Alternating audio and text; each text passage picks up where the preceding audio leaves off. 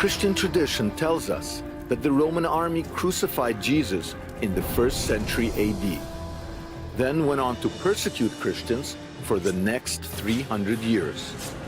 But is it possible that the religion of Jesus was actually spread by the very same people who nailed him to the cross?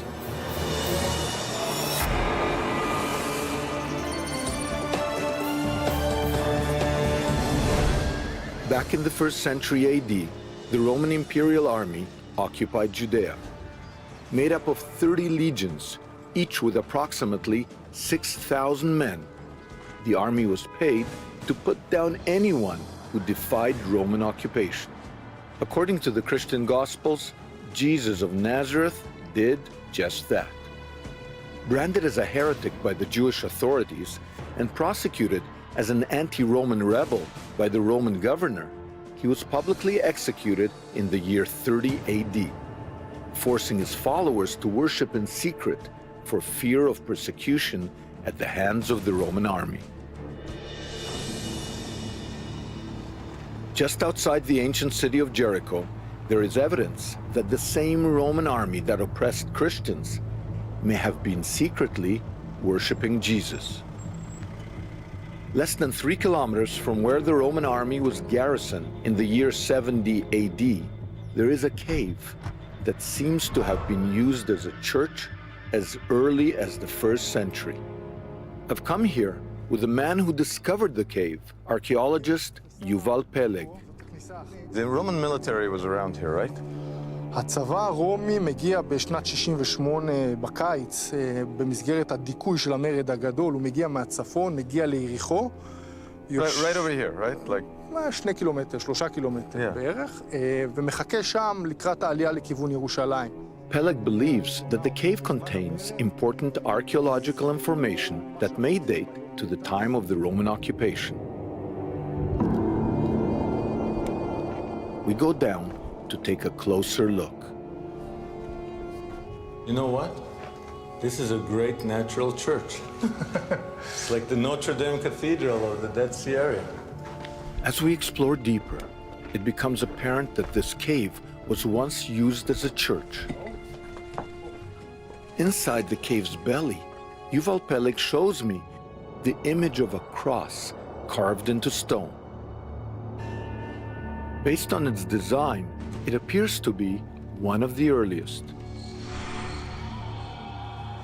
Next to the cross is what may be the image of a fish, one of the first Christian symbols. Is it possible that this was a secret church? וזה כנראה מקום של נר. פה שמו נר. 2, 1, 1. פה כנראה עוד אחד שלא כל כך הצליח. This is like an altar. You've got 2 crosses, a candle over here in the middle. Who were the people worshiping here?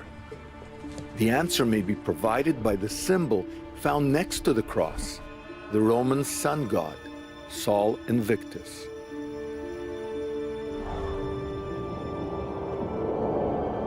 The sun is a very important symbol in the Roman army, for example, Apollo, Sol Invictus. מסכים? So is it possible that this cave was a secret church for Roman soldiers from the nearby camp? I'm now shown another symbol that may answer that question. A symbol that looks remarkably like a Roman military standard known as the aquila. A banner topped by an eagle, its wings spread wide in the shape of an upside-down triangle. We have a puzzle. We have a sun, crosses, some kind of symbol. חידה גדולה. To solve this mystery, I traveled to northern Israel, Megiddo, called Armageddon in the Christian Bible.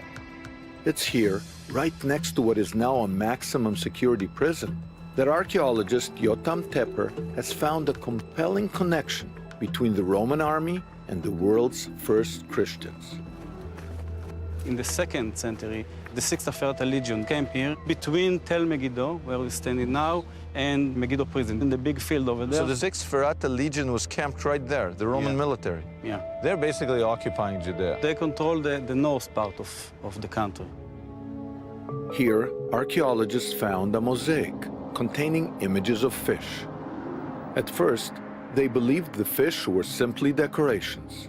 But as excavations continued, they found a definite link to Christianity.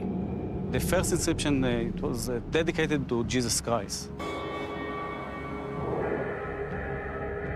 And we found another two inscriptions. The last one talking about Roman army officer, centurion, that give the money for the floor. So this mosaic, there's an inscription dedicating it. Dedicated by a Roman officer.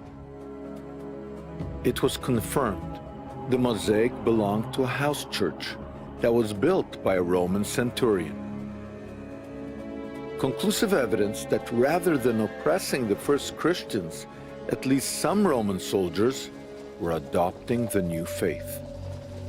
Now, this is like 100 years before Christianity becomes the religion of the Roman Empire. This is why it's so important, because if we put everything together, it's evidence of Christian religion in the Roman army. Yeah. But did Christianity in the Roman army spread outside the Holy Land? I now travel to northern England. Hadrian's Wall was built in the 2nd century to defend against Celtic tribes. Vindolanda was one of the military forts along the wall. It's here, in the soldiers' barracks, that archaeologists have uncovered the foundations of a Christian church, a Christian tombstone, crosses, and a so far undeciphered symbol carved into a portable altar. The Sun Cross reminds us of the ones we found at the cave outside Jericho, evidence that Roman soldiers were carrying Christianity to the farthest outposts of the Roman Empire. In fact, St. Alban, who is the first English martyr, is also the most famous Christian in the Roman army. St. Alban is said in the accounts to have been martyred by Caesar, who caused this soldier to be arrested for being a Christian, refusing to carry out pagan ceremonies, and has him executed. Christianity was illegal at that time. St. Alban's story demonstrates why it was important for Christians in the Roman army to keep their faith hidden. Some say that the soldiers developed a secret Christian symbol that no one could decode, and just such a symbol was found in the city of Manchester. Once a western outpost of the Roman Empire, it's here that archaeologists uncovered the fragment of what they call a Sator Square. It just might be the oldest Christian artifact ever discovered on British soil. So is this a big surprise? You could say that, yes. It's one of those wonder moments for an archaeologist when you come across a find like this. You've recreated that around that, eh? We have enough there to enable us to be very confident in reconstruction. The Sator Square is made up of 5 Latin words: rotas, opera, tenet, arepo, and sator. But the square is also a palindrome, which means the same words can be read forwards and backwards, top to bottom, always the same. So rotas read backwards becomes sator, and opera read backwards is arepo. But then, hinged on the letter N, the word tenet remains the same, forwards and backwards. This image appears strikingly similar to the cross found in the cave at Jericho. But in the army, where it was illegal, they may have needed the square to communicate their secret faith. This is a very standard piece of Roman pottery called an amphora, and these were big storage jars which were used for olive oil, fish sauce, wine. This kind of clay jug was used to store wine, and the fact that it has the Sator square engraved right on it strongly suggests it had a ceremonial purpose. Maybe it was used during communion. And the interesting thing with this find, it came from a rubbish pit between two buildings. And the rubbish pit was located next to a Roman military fort. There would have been auxiliary soldiers bringing their religions with them, one of which would have been Christianity. So why not for a soldier to put this piece of graffiti on the emperor for a subverted religion that he totally believed in? So you just look at it, it's some letters, but it could preserve somebody risking their lives for their faith. I think it's remarkable that he's got such a small fragment, but there's such a big story. But is it a big story? Some scholars have suggested that the Sator square is nothing but a Roman game. To find out its true meaning, I traveled to the British Museum in London. Here I meet the world's #1 expert on ancient games. The Romans liked to carve their war games in public places, on pavements and on stone. And then you encounter the Sartor opera. You think to yourself, oh, this is some kind of 5x5 game.